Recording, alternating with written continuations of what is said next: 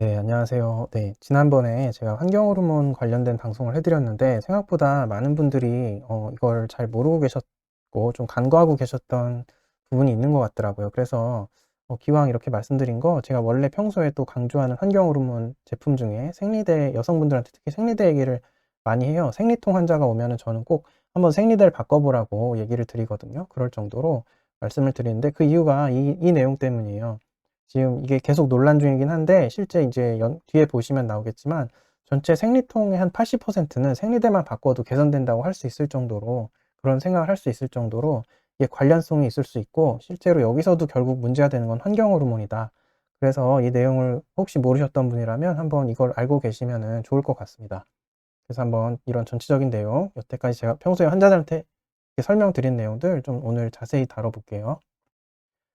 예, 일단 이 생리대라는 게 얕보기엔 너무 이게 클 수 있는 게 일단 생리대가 닿는 피부 쪽이요. 그 일반 두피나 이런 데랑 다르게 굉장히 예민하고 흡수율이 높은 피부다. 그래서 화학물질이 닿으면은 한 42배까지 정상 피부보다 흡수할 수 있는 앤데 여기에 인제 저희가 좀 독한 성분이라든가 환경 호르몬 물질, 유해 물질들을 닿으면 이게 굉장히 다른 데보다 즉각적으로 몸에 영향을 줄 수 있다. 예, 그게 특히나 누적된다는 문제인데 여성분들이 인제 평생에 걸쳐서 거의 1만 개의 생리대를 쓴다고 할 정도로 빈도수나 이 사용 기간이 꽤 만만치 않다. 한번 사용하면 또 오래 하나 차 하루 동안 착용할 정도로 꽤 오래 착용하잖아요. 그러니까 이게 문제가 된다.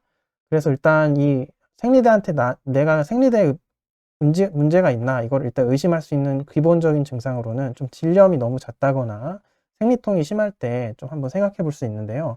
저는 생리통 환자가 오면은 거의 루틴하게 설명을 드리긴 해요. 근데 인제 제가 남자다 보니까 그 후로 뭐 추후로 확인까지 잘 할 수 있거나 그런 상황은 아니긴 한데 네, 어쨌든 이렇게 얘기를 드립니다. 그래서 보통 제가 오늘 설명드린 내용들을 간략하게라도 설명을 드리는데 사실은 좀 정확하게 아셔야 될 부분이 있어요. 그래서 오늘 이렇게 영상을 만들어서 다음에는 인제 환자분들한테도 좀 경각심을 직접 보시고 좀 아시게 하면 좋을 것 같다는 생각도 들어서 한번 영상 만들게 됐고요.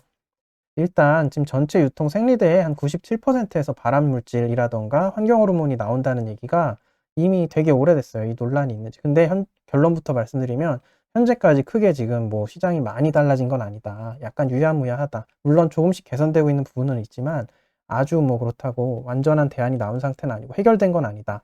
그런 상태예요. 그래서 이거를 지속적으로 문제를 제기하고 있는 어떤 국회의원도 있고 여성환경연대 같은 이제 노력하는 단체들도 있는데 아직까지는 그렇다.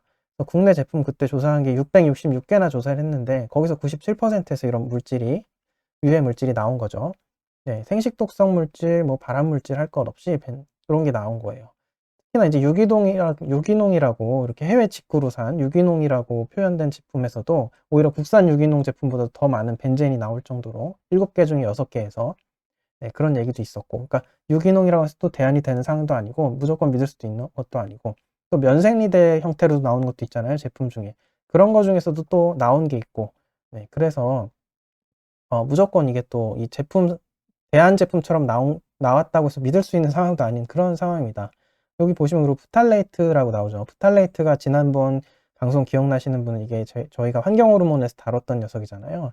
네, 근데 이 녀석도 역시나 생리대에 쓰이는 그런 화학 물질 중에 속해 있다. 그러니까 당연히 이게 환경 호르몬이랑 관련이 있고, 그러니까 호르몬 교란을 통한 생리통이라든가 아니면 또 장기적으로는 또 다른 뭐 여성 질환을 호르몬과 관련된 여성 질환, 뭐 유방암까지도 사실은 뭐 길게 보면 연결할 수 있는, 그리고 이미 유방암을 가지고 계신 환자분들한테는 피할 수 있다면 피하면 좋은 요소죠. 이런 것들은 환경 호르몬이니까. 제가 지난번에 방송드린 것들하고 같은 맥락입니다.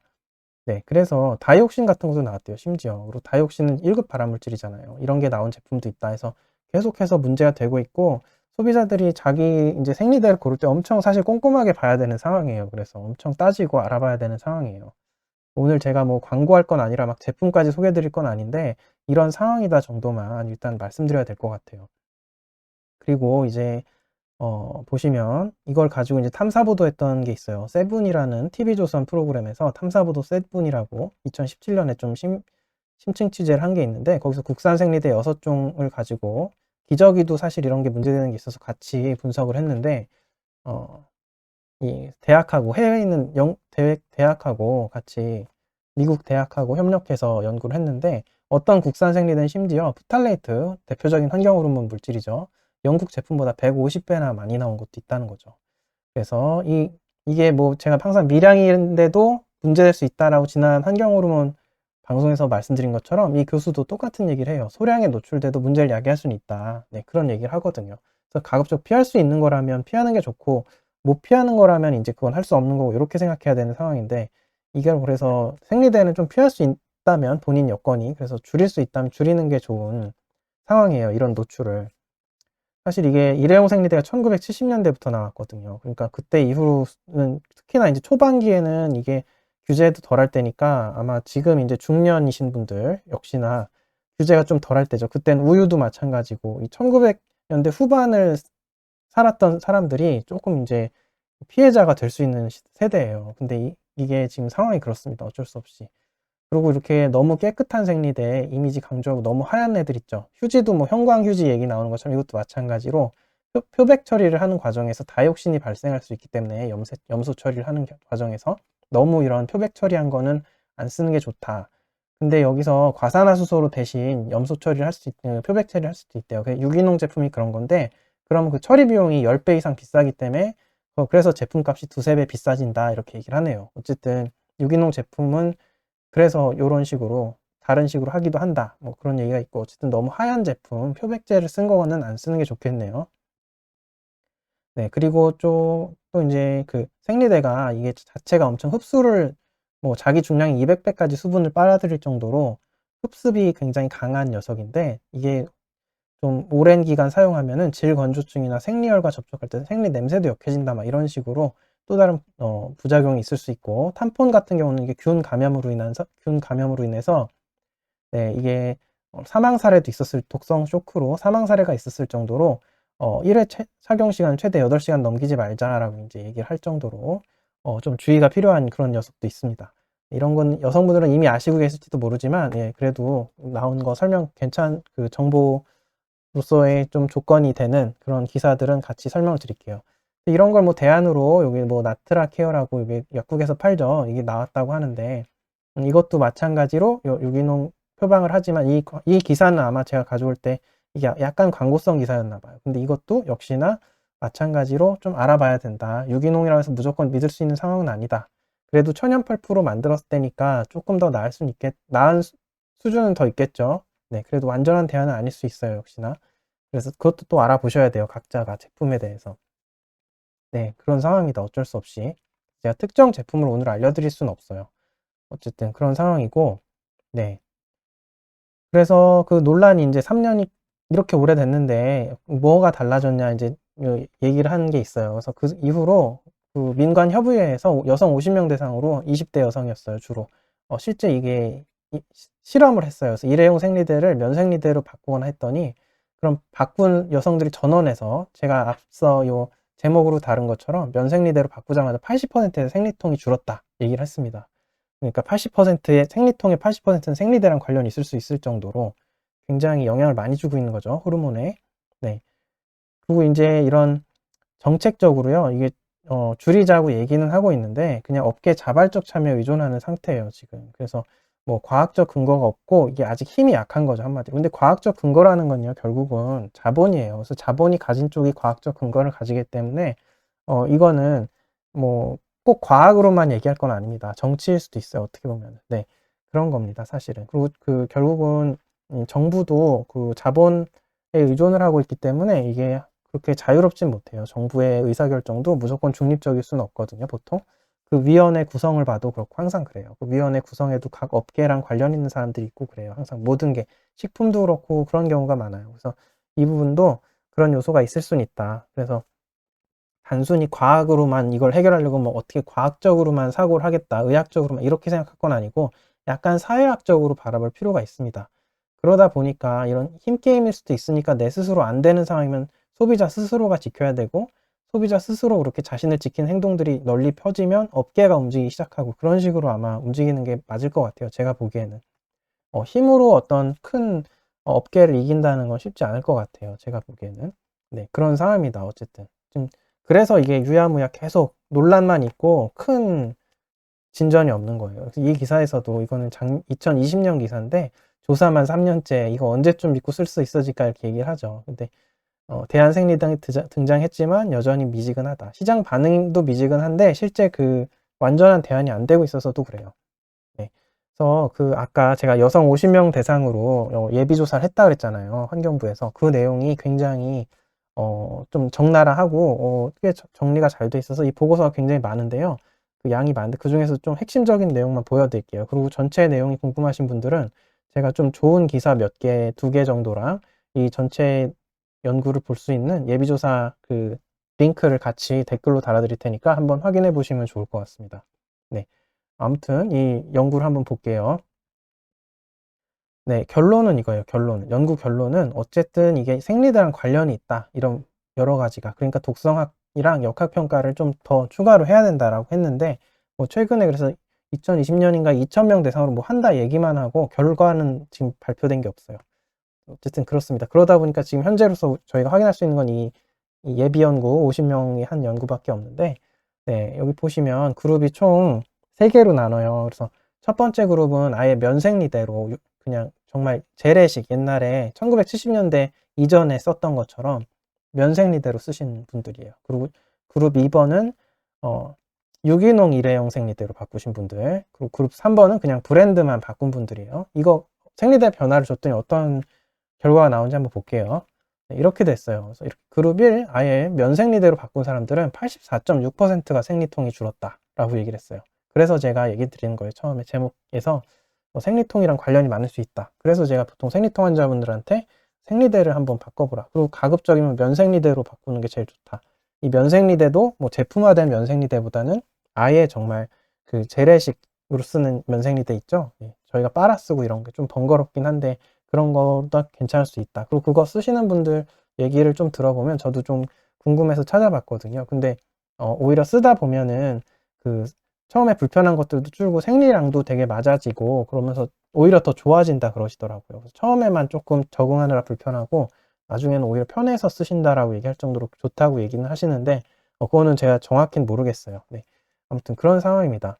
저는 그래서 가급적이면 개인이 너무 힘들지만 않다면 요거 쓰라 그래요. 면생리대. 그래서 근데 이거를 아무리 얘기를 해도 저희 가족 중에도 사실 제가 이거를 아주 오래전부터 계속 얘기해 주는 사람인데 말을 잘 안 듣네요. 그래서 그럴 경우는 안 되면 이제 유기농 생리대나 다른 브랜드 중에서 좀 좋은 걸 찾아야죠. 근데 그런 걸 해도 조금 그래도 경감은 돼요. 나쁜 생리대보단 어쨌든 좋은 생리대로 갈수록 생리통도 줄고 이렇게 나옵니다. 보시다시피 변화가 있어요.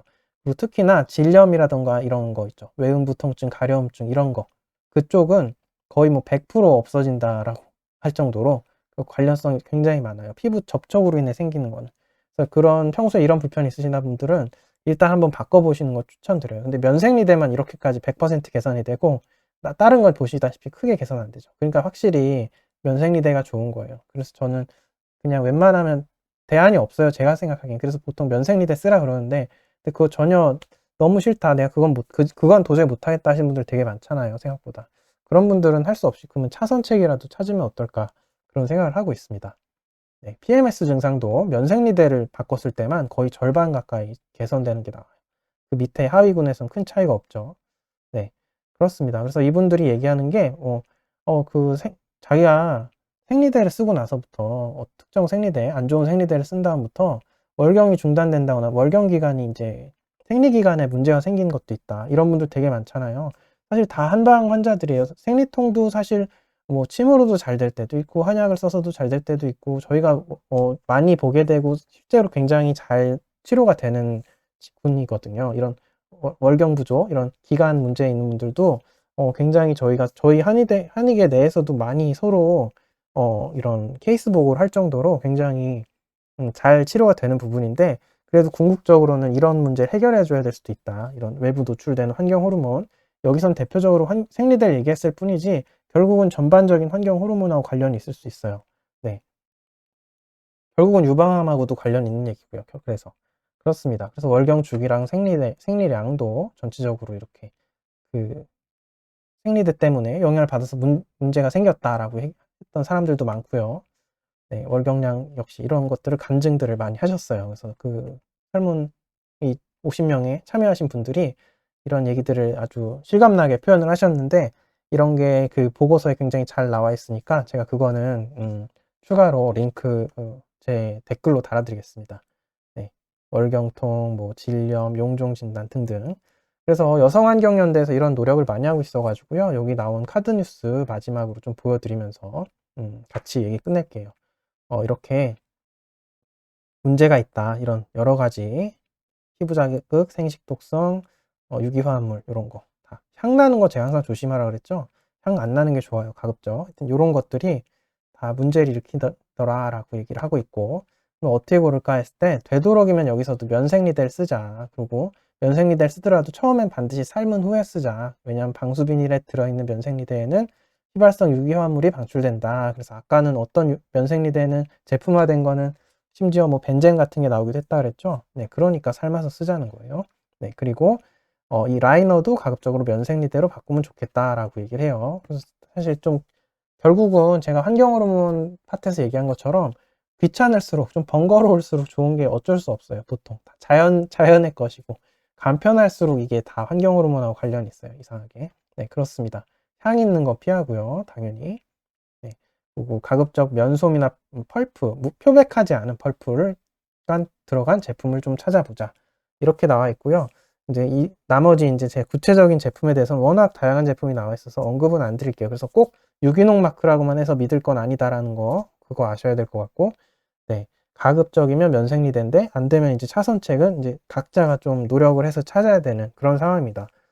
네. 그렇게 서로 정보 공유를 하셔서 찾아보셔도 좋을 것 같고, 혹시 잘 아시는 분이 계시면은 저보다 잘 아시는 분들이 댓글로 이렇게 정리를 한번 해주셔도 보시는 분들이 보고 확인하시면 도움이 될 것 같아요. 어쨌든 저는 이 어떤 특정 제품을 홍보할 수는 없어서 일단 오늘은 요 정도 문제의식만 제기를 드려야 될 것 같아요.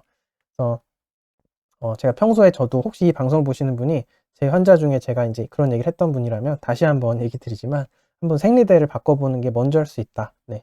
그거 항상 생각하시고 전체적인 여성분들은 항상 환경 호르몬하고 노출을 남성도 마찬가지예요. 불임이나 이런 것도 관련이 있고 남녀 할 것 없이요.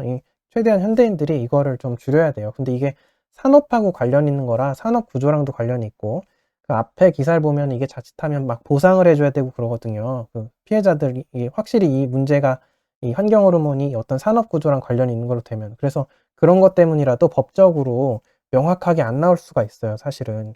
그러니까 소비자를 괜히 너무 소부자 두둔하다 자칫하가 기업들이 뭐 기업 구조의 피해를 보니까 결국 힘이 있는 자본가들이 그런 식으로 될 수도 있으니까 정부 정책이라는 게 그렇게 완전히 중립적이진 않잖아요. 항상 세상이. 그렇다 보니까 그런 정치적인 요소가 있다. 그러다 보니까 그냥 개인들이 이 안에서 각자 살아남아야 하는 상황일 수도 있다.